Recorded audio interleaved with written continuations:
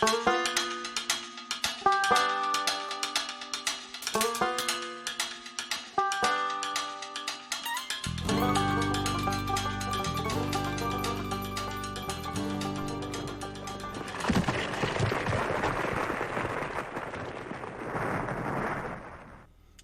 and welcome to my cellar for, this is probably close to 200. I know it says 186, but I did a bunch before I started numbering them.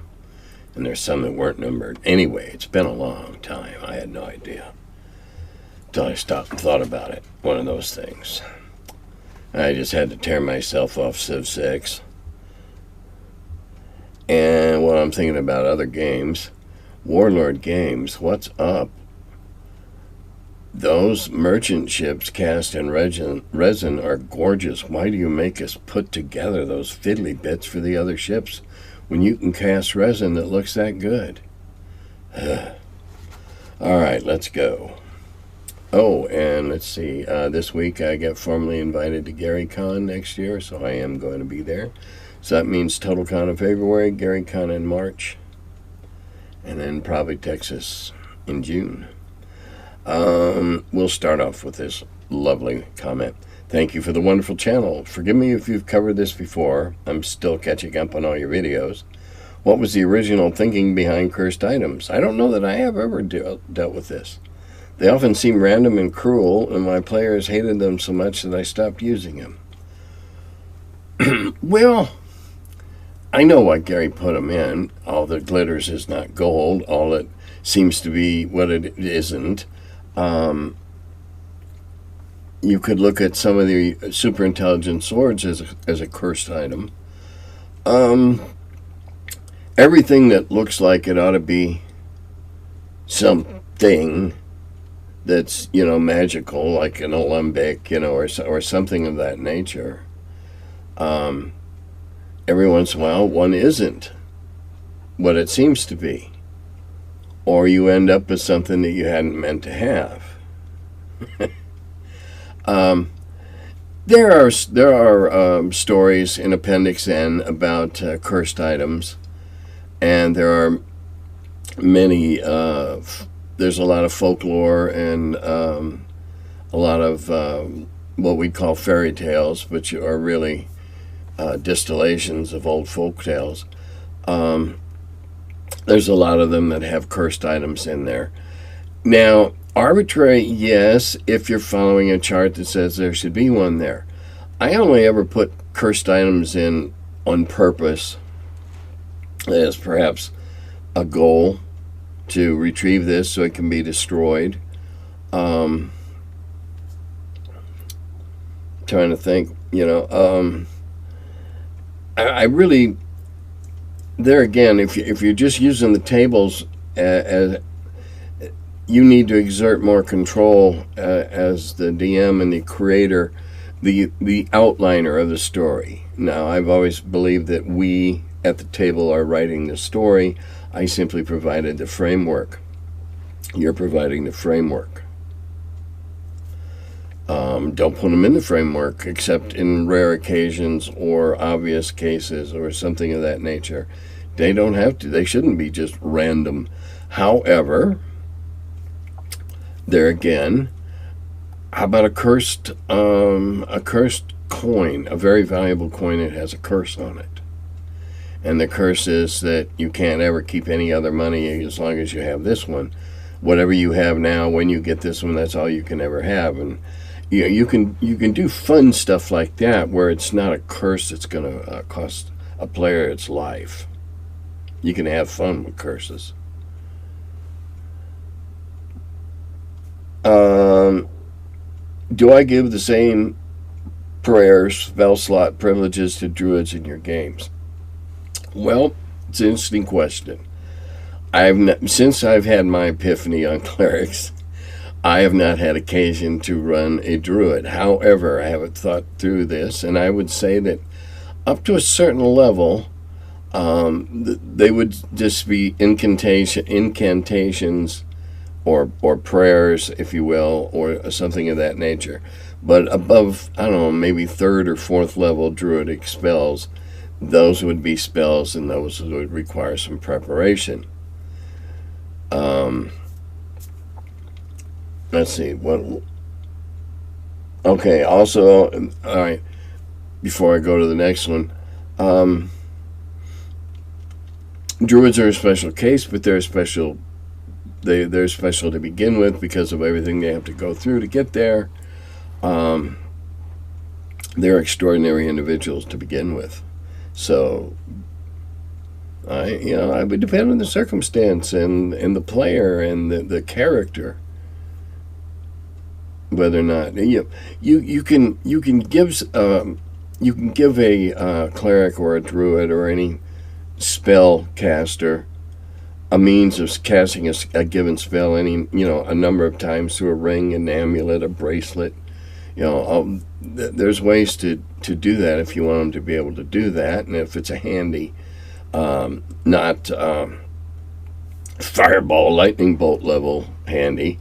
But yeah, again, your campaign, how much magic do you want in it? Okay, do I play with surprise? Yes. All the time? No. Once you've played with a group for a while and they establish SOPs, standard operating procedures, you don't have to deal with anybody but the person that's assigned to that procedure. We'll say, who looks for traps? And that person's skill level, that person's ability level. You can be rolling behind the screen and, seeing, oh, by the way, stop. Bob says stop. And, there's a train. Bob found something.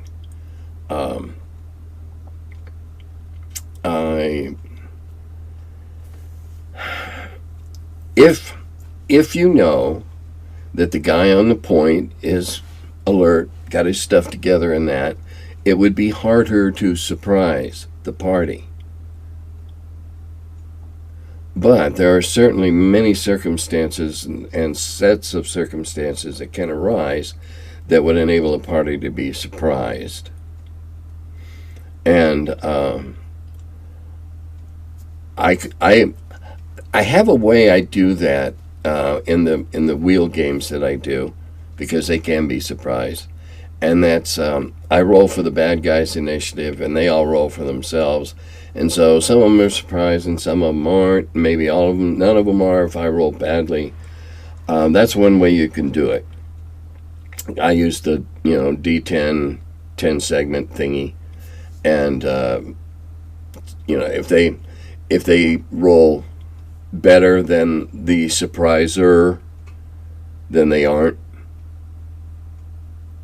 And also, when you're using the 10 and somebody says, well, I'm going to draw a different weapon, I'm going to, they don't carry an arrow in their fist with their bow, so they have one ready, one for quick release.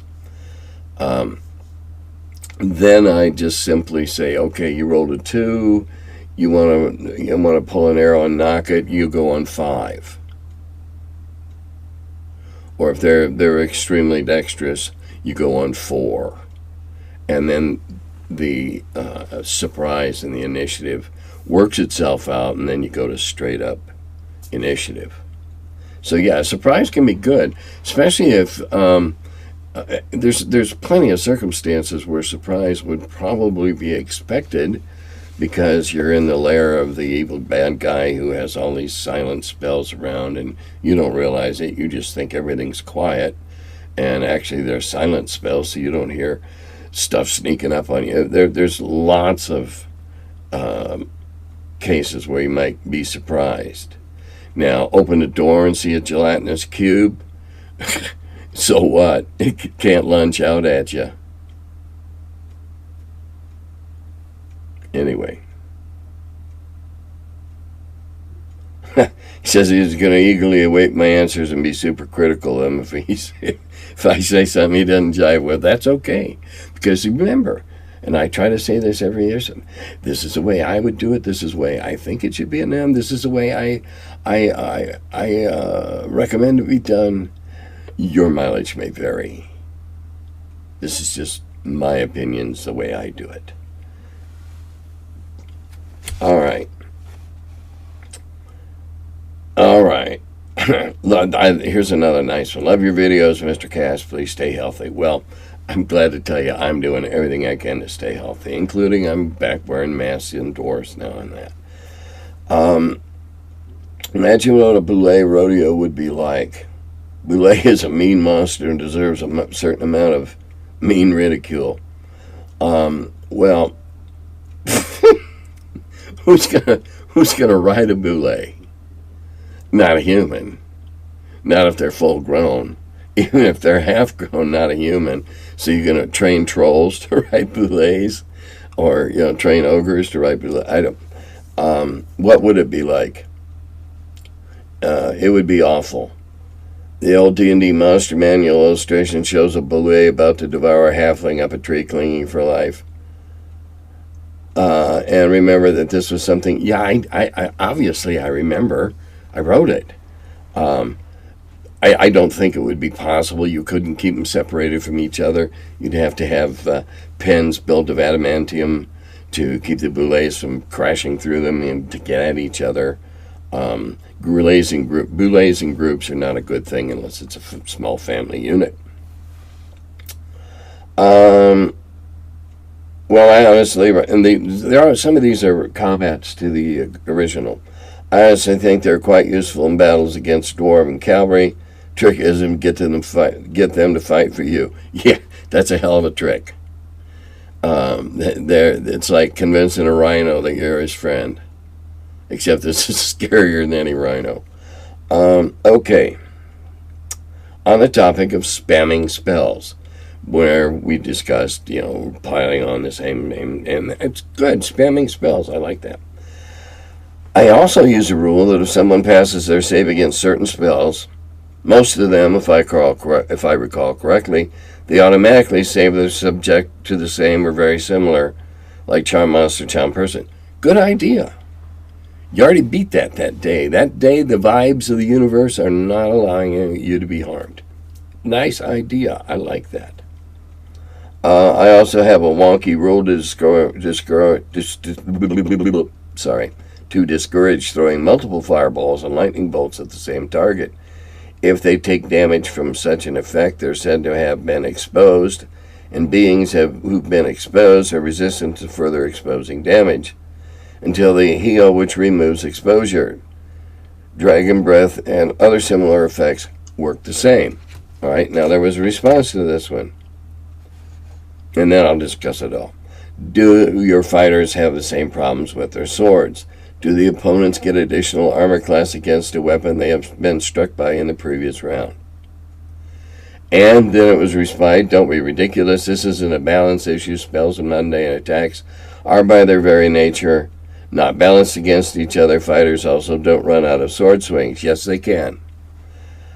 That's what 0 hit points is. You're screwed. You're dead. You wouldn't complain. That's unfair. Okay, we'll go back to the beginning. I like the spam thing. If all this bad guy you're fighting has is one given spell, hold person or whatever, and you make it the first time, then the second time I would certainly give you a big plus on making your saving throw, and if you made it twice, that would be it. He couldn't hold you. His spells aren't attuned to your chemical makeup, your neuron system, whatever. It's fantasy, remember? It's a good idea.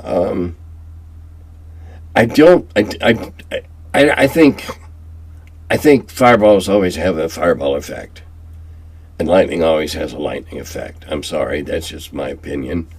So having making a saving throw on the first fireball, if you are even in a position to have to make a second one, what were you thinking? Oh, by the way, no, this isn't the new camera yet. I'm still figuring out how to get a slightly shorter cord down through the desk and hooked up. Anyway, I'm just staring at it, and that made me think of that. And the sword swings. Yeah, you can run out of sword swings when you have no more hit points left and you get hit. You have no sword swings left. But the point is valid. No. If you miss them, if a fighter misses them the first time, they don't get better the second time.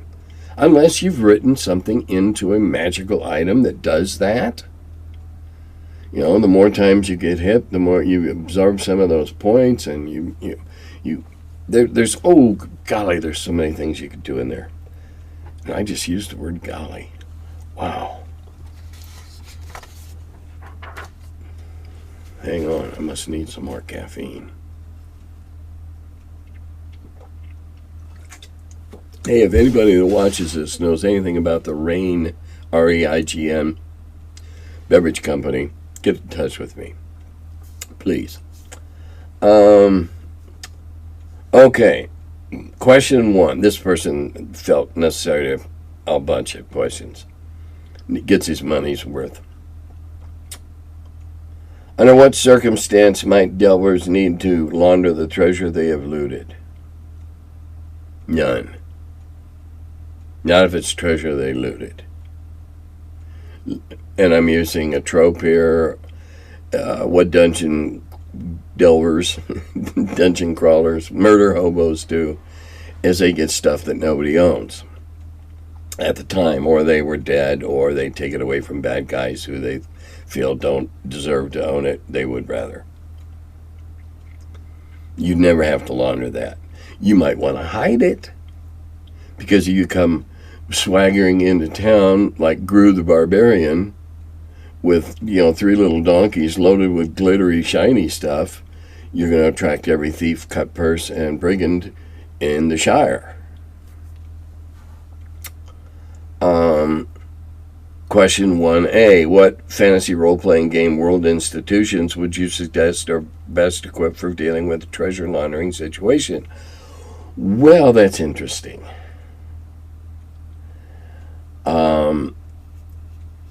Banks are, if banks would be pre-guarantee by the government. If it fails, they guarantee your money. Nope.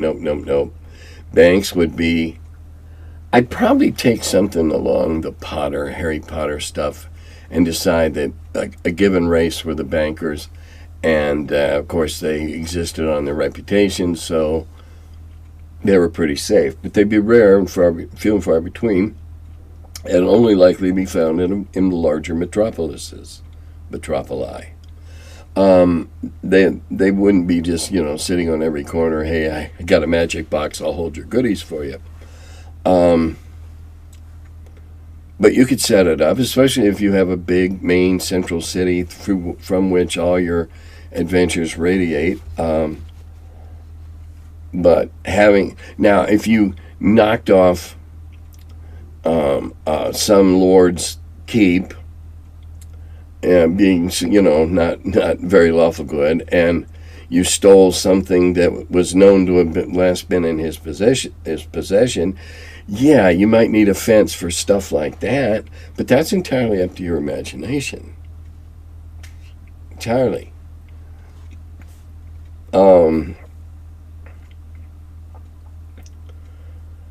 Question 1B, what, if any, other criminal influences could be imposed upon the dungeon delving cottage industry by an institution capable of and willing to launder treasure? Well, if you want an organized, established network or whatever, the Thieves Guild would obviously be where you go. They'd be hard to deal with, constantly trying to get one over on you because they're thieves. Again, as the DM, come up with something. Make a deal with the dwarves in such and such a mountain that for a fee of whatever, that they'll guard your stuff. And who better than a bunch of dwarves underground to guard your stuff? And then when you get big and bad enough, you can build a place and you can hire wizards to come in and make a magic box for you that nobody can take your stuff out of. However, having watched a YouTube video recently about how much gold really weighs, and it was pretty interesting by that Brit guy that does all the funny role-playing cosplay stuff. He strung himself with a bandolier-style thing of pouches and a couple of small pouches, and tried to figure out how much gold could an adventurer actually carry, and it isn't that much. That's why way back when my players in Carbondale would convert gold into gems whenever they could. They would buy gems, and use them, big ones, little ones, cheap ones, the same way, change would be applied to currency. They're easier to transport. And that's why getting a wad of gems, even though it might not have the same intrinsic gold piece value, is way better than getting a big wad of gold pieces that you're now going to burden yourselves with. Because I don't really get into a lot of the nitty-gritty, but encumbrance is definitely one. You got to go like, oh, come on now. What are you carrying again? All right. Okay, question 2. In a campaign game, how would you handle the PCs joining an army or a large fighting retinue? I wouldn't. Doesn't appeal to me. As I'm the DM and I'm providing the framework and the outline, that wouldn't be part of it. Not trying to be flippant, I wouldn't. I've given this some thought, and it's extremely difficult. I've done some stuff in the past where the player characters were sucked onto a battlefield through this portal that looked like a wonderful mural. And it's quite difficult. I'm not saying it can't be done, but it's quite difficult. And you can't, if you're going to be real, and you're going to suck them into this great big huge melee from somewhere back in history, in the Orc Wars or whatever, then there's got to be a certain percentage chance that they're just going to be killed seemingly at random as a casualty.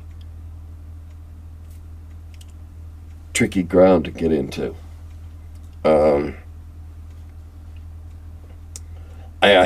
wouldn't. I might. I don't know, depending upon how the game went and how over months or at least weeks or months the campaign developed, because it's always an ongoing, ever-growing thing. I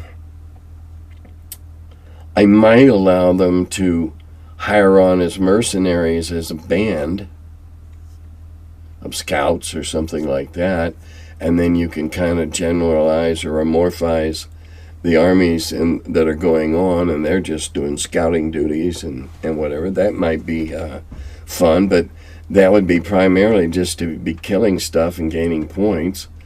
I wouldn't put player characters into an army where they're killing other sentient beings that aren't intrinsically evil. Anyway. Under what circumstances might delvers need to... This thing repeated. Oh, wonderful. Okay. All right. Here we go. Now we're getting into some of the seriousness of gaming with this question. Why donuts and pastries at every D&D game? Why not nachos with guacamole, as sung in a famous parody of the 78 Kenny Loggins, Michael McDonald, Doobie Brothers song, What a Fool Believes, What a Fool Will Eat? Well, the number one reason is no nachos, because orange fingers. Orange fingers make dice dirty. They make character sheets dirty. And I have yet to see a group of 7 or 8 people sitting around of any sex or orientation or persuasion with finger bowls and napkins. Make sure that their nachos didn't transfer all over the table. Donuts and pastries, yep, they're sticky, but you can do a better job of cleaning your fingers off, and they're much easier to surreptitiously wipe on the back of your jeans and not leave a telltale orange smear. That's just my interpretation.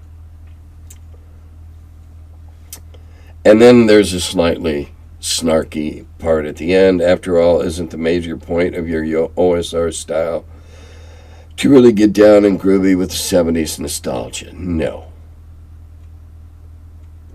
I play OSR style because I like that style. And guess what? I play 21st century music too sometimes when I'm doing it. Smart-ass question. Okay, here we go. This is great. Gonna read a few of these. They're counterpoint. Love your words, hate the theme song so much. I love the theme song myself. Taste in music is subjective. The theme song reminds me of Saturday morning TV back in the 70s. Land of the Lost ruled. Laugh out loud, ho ho ho. The theme song is beyond Land of the Lost. It's hee-haw too, but I like it anyways and don't think it should be changed ever. Next comment. Hee-haw had some pretty ladies. All right. And Tim is probably not aware. Here we go. Tim gets treated as a dumbass. Probably not aware that modern music does not involve the actual use of any musical instruments. I'm also willing to bet he thinks singers should be able to sing, and I'm sure that it was an oversight by the marketing team to have a real bluegrass band make a real bluegrass theme song. Thank you very much. Yes, indeed. For the other, my wife hates the song too. When I got with these guys, I said, "All right, what do you want to do?" And I said, "Well, I want something like the Beverly Hillbillies. I want some twangy and I want some story." So they asked me some questions, and I reminisced about some things, and from it, that song came, and I love it. I like it because it's incongruous. I like it because first time viewers go, "What the?"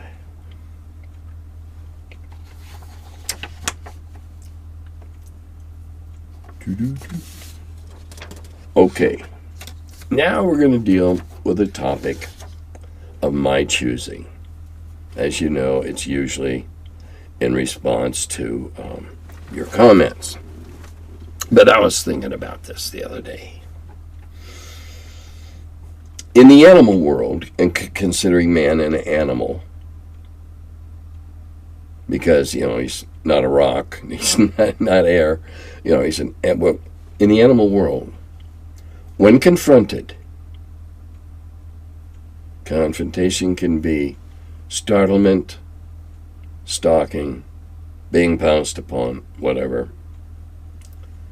The first thing that passes through the neurological net that comprises a brain, however big or little, is a decision: fight or flight. Those of you of the... Well, no, not going there. As people, as humans, we do it. As you can see a dog, a stray dog deciding to be aggressive or to run away or whatever. The point being that it seems that only in a dungeon crawl does everything you come across fight to the death. Why is that? Certainly there are circumstances, cornered, literally, physically trapped. But if you, the player characters, are exploring their digs, they should know how to get away. They know it. They can run away. You're coming down a corridor. They're coming down a corridor. You both breach the door on either side of a 60-foot 60-foot, roughly shaped cavern. Do you fight or fly? If they fly, do you follow? Can you track them? All right, now let's say they fight, and you're getting the best of them. They're not going to sit there and fight to the death. They're going to try to get away. Now, you have an opportunity as a player character. Do you track them to their lair and loot the whole thing? Do you follow them to see who they're working for? There's all sorts of things that are available there. But why is it? It's just another one of the fallacies of role-playing, like taking little earthenware vials, flasks of oil, and throwing them like Molotov cocktails. The oil doesn't ignite. We all know that. But we do it anyway because it's fantasy. And we can because it's fantasy. All right, why don't they try to run away, especially outdoors? No, that pack of wolves isn't going to stand there and fight to the...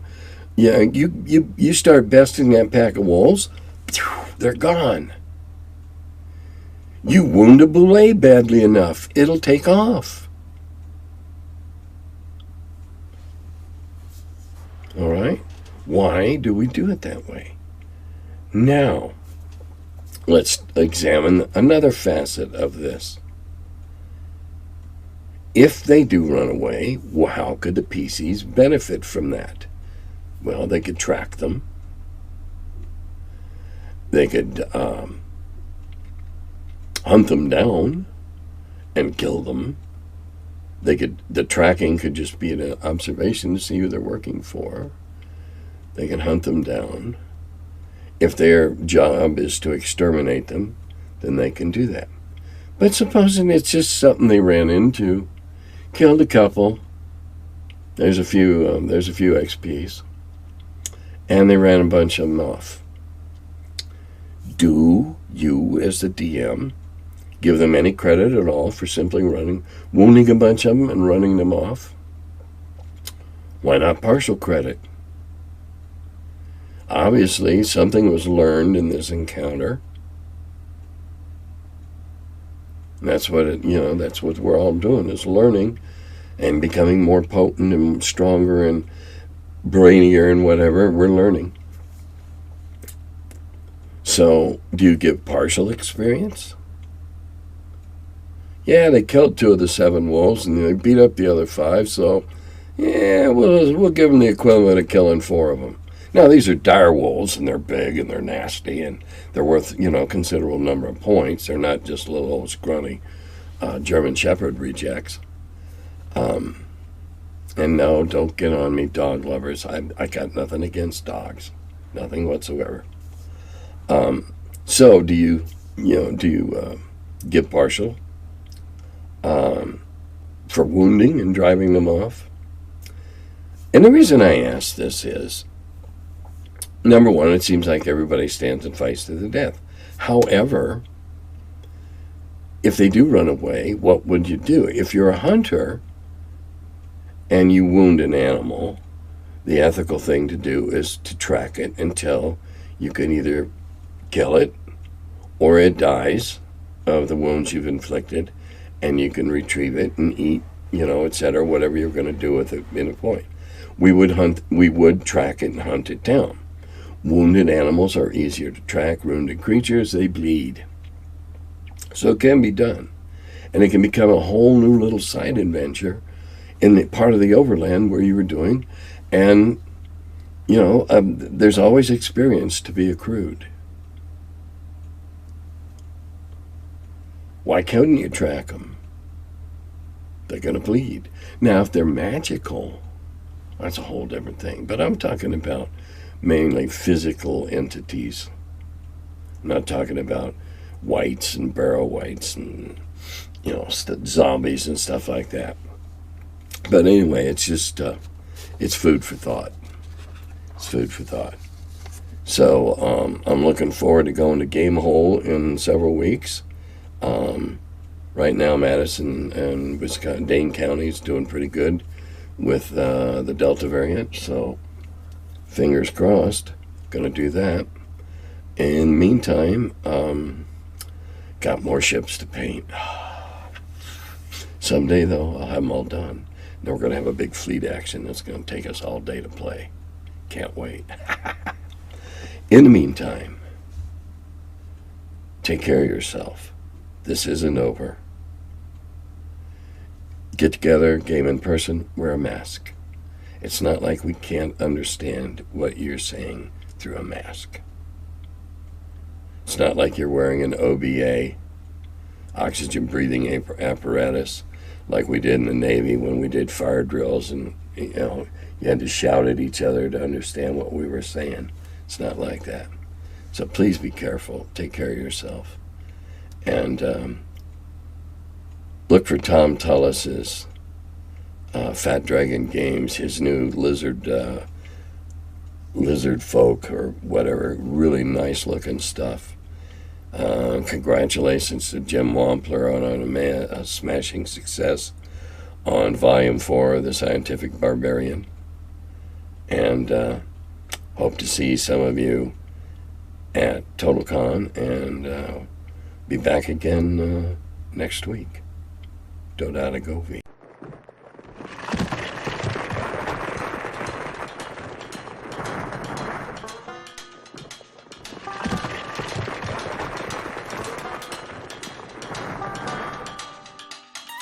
Oh, hello. I'm still figuring out when this thing starts. Welcome to my cellar. He's the curmudgeon who wrote about the dungeons. Now he's the feller, live from the cellar. Talks about D&D and old school RPGs. Still quite a feller, the curmudgeon in the cellar. Last man around when the race went down. Calling Gary in that Lake Geneva town. Hey Gary, it's an awful mess. Let me edit, we'll have success. D&D and Dragon Magazine. He's the curmudgeon who wrote about the dungeons. Now he's the feller, live from the cellar. Talks about D&D and old school RPGs, but he's still quite the feller, the curmudgeon in the cellar. Magic missile, it's a mortar shell. Make it hit in the first level spell. Brought psionics to the game to attack that wizard brain. ESR and fantasy, collection of micro armory. Tight with tramp under a tree. High as could be. He's the curmudgeon who wrote about the dungeons. Now he's the feller, live from the cellar. Talks about D&D and old school RPGs, but he's still quite the feller, the curmudgeon in the cellar. Still quite the feller, the curmudgeon in the cellar. Curmudgeon.